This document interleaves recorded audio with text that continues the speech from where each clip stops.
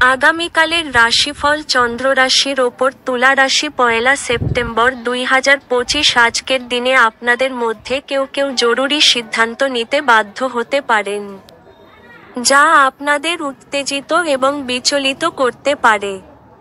কারোর জন্য ভ্রমণ ক্লান্তিকর প্রমাণিত হতে পারে, কিন্তু আর্থিকভাবে ফলপ্রসূ হবে।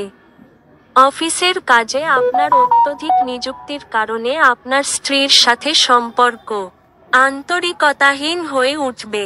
প্রেমের জন্য ভালো দিন।